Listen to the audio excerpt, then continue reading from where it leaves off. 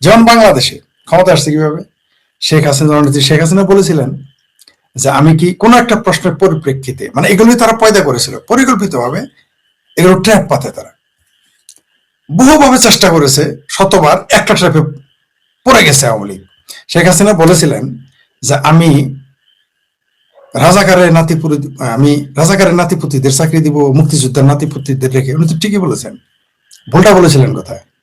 বাংলাদেশে কোনো মুক্তিযুদ্ধ বিরোধী লোকের চাকরি হওয়ার কথা না, রাজা সংসদে যাবে তো বহুত দূরের কথা। বাংলাদেশে প্রথম ভুল ছিল রাজাকার আলবদরদের সংসদে যাওয়ার সুযোগ করে দেওয়া।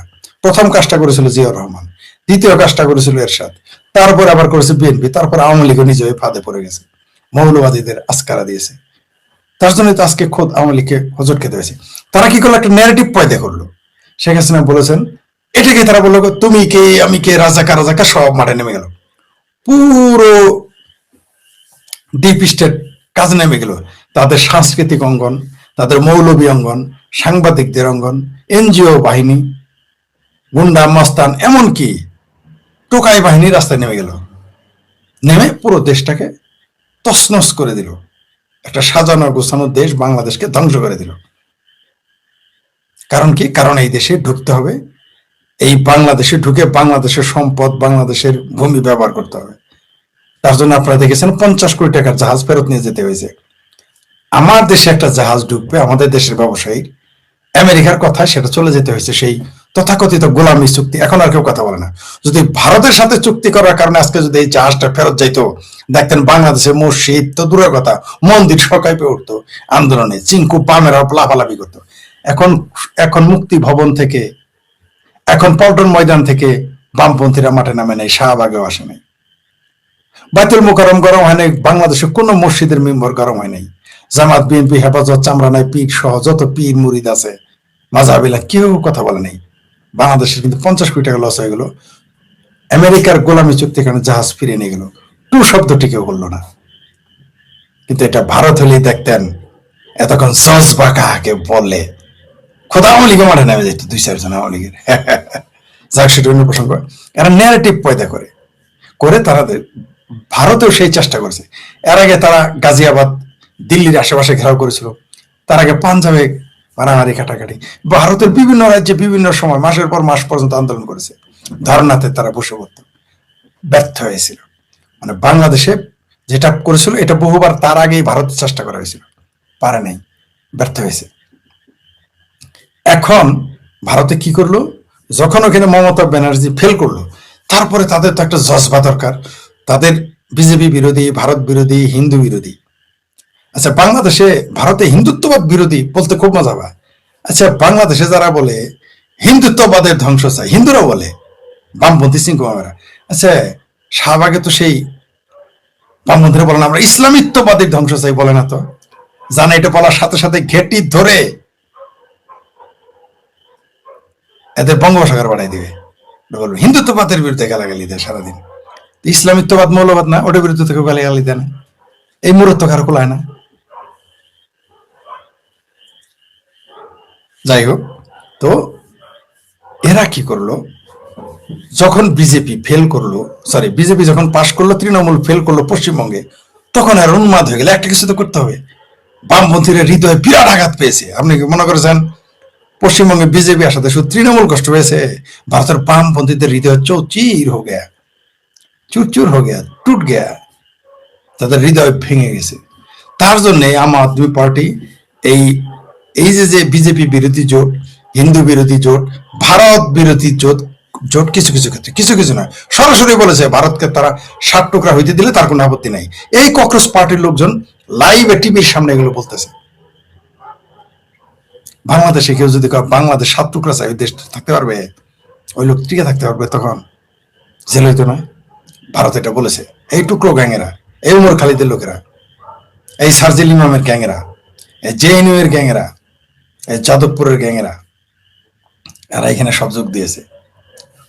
এদের উদ্দেশ্য হলো এই যে ককরোচ পার্টি, যে বিচারপতি সেই কথা বলেছে, তুমি বিচারপতির পদত্যাগ চাও, তা চায় নাই। কিন্তু যে বিচারপতি ককরোচ শব্দ, তার পদত্যাগ চায় নাই। এমনকি তারা বলছে তারা প্রশ্নপত্র ফাঁস হওয়ার জন্য আন্দোলন। তো সেখানে মনুষ আজাদি কেন আসে? তুমি আসছো শিক্ষামন্ত্রীর পদত্যাগ চাও, ভালো কথা। মনে হয় যে ভারতবর্ষে এই প্রথম বোধহয় কোনোদিন প্রশ্নপত্র ফাঁস হয়েছে, এই প্রথম বোধহয় হইল, এর আগে কোনোদিন হয় নাই, কংগ্রেসের আমলে হয় নাই, অন্য দল তো ক্ষমতাই আসেনি, আরো জোট গঠন করে যারা আসছে তাদের আমলে হয় নাই, এই বিজেপির আমলে শুধু হয়েছে, এই প্রথম। এই 14 সালের পরে শুধু প্রশ্নপত্র ফাঁস হয়, এর আগে কোনোদিন ভারতের প্রশ্নপত্র ফাঁস হয়নি। তাই না? আসলে তা না, এটা উছিলা, খলের যেমন সলের অভাব হয় না, একটা সল বের করছে, মনে করছে এই আন্দোলন ডাক দিলে বাংলাদেশে ভারতবর্ষের মানুষ নেমে যাবে, বাংলাদেশ থেকেও সেই গণরিয়া পরিষদ, গণরিয়া অধিকার পরিষদ, আমজনতা পার্টি, বৈষম্য বিরোধী, এরাও বোধ গিয়ে যোগ দিবে এই কংগ্রেস পার্টির সাথে। কিন্তু টন্ডন 2.5 কোটি তাদের ফলোয়ার, লোক হয়েছে 2000, 2500, সর্বোচ্চ 3000, তার মধ্যে সাংবাদিক আছে 500। ঠিক আছে? সেখানে শিক্ষা ব্যবস্থা নিয়ে কোনো কথা নেই। আচ্ছা, শিক্ষামন্ত্রী পদত্যাগ চাইতে পারে, তাদের দাবি। কাউকে জিজ্ঞেস করছে তোমার দাবি কি, মনুষে আজাদি, দাবি কি নরেন্দ্র মোদীর পদত্যাগ, এটাই আসল কথা। আসল কথা হলো বিজেপি ক্ষমতা, যেটা তাদের সহ্য হইতেছে না, বরদাস্ত হইতেছে না, তাই ডিপ স্টেট সহ ভারতের ভিতরে থাকা ভারত বিরোধী গ্যাং উন্মাদ হয়ে গেছে। আর উন্মাদ হওয়া, এই যে 29 সালে আবার ক্ষমতায় আসবে না, বিজেপি আবার ক্ষমতা আসছে, আমার ধারণা ছিল 29 সালে বিজেপি ফেল করবে, এটা আমার একটা ধারণা ছিল, 3 টার্ম খালাস, এটা আমি ভেবেছিলাম, যার ক্ষমতায় থাকতে পারবে না। কিন্তু না, মুরব্বী, ঘটনা ঘটে গেছে। সেটাই হলো পশ্চিমবঙ্গের নির্বাচন বুঝিয়ে দিয়েছে বিজেপি আবার আসতেছে, আসিতেছে আবার পূর্ণধর্ম ছায়াছবি দেখাইতে বিজেপি। 29 সালে আবারও বিজেপি আসবে পশ্চিমবঙ্গের, তাদের উত্থান এটাই প্রমাণ করে। সেই জন্যই দেখতেছেন না 2021 সালে, মানে এর আগের পশ্চিমবঙ্গের যে রাজ্যসভা নির্বাচন, বিধানসভা নির্বাচন, কতগুলো বিজেপির কর্মী নেতা মারা গেছে, 300+। কিন্তু এইবার কি 300+-এর উপরে যে তাও মারা যায়নি, কয়জন মারা গেছে, বরং বিজেপি লোকও মারা গেছে এবার ক্ষমতা আসা করে। তাই বিজেপি চুপচাপ, কারণ তারা ধৈর্য ধরেছে, তাতে কামড় দিয়ে রেখে দিয়েছে, কারণ 29 সালে বিজেপিকে ক্ষমতায় আসতে হবে। আর আমার ধারণা এবার 42টা নাকি আসনে, কত যেন আসন আছে এই মুহূর্তে ভুলে গেছে। হ্যাঁ, লোকজন আমার ভারত বিশেষজ্ঞ বলে রাজনীতির, আর আমি ভুলে গেলাম, দুঃখিত। ভারতের এইবার যতগুলো আসন রয়েছে, 48টা নয় না, 42 বা 48, যাই আসন থাকুক, এই আসনের সিংহভাগ আসন হয়তো 5, 7, 10টা আসন ব্যতীত সব দখল করে নেবে বিজেপি। তো রাজ্য, লোকসভায় তো এই আসনগুলো খুব জরুরি, তাই তারা চুপ।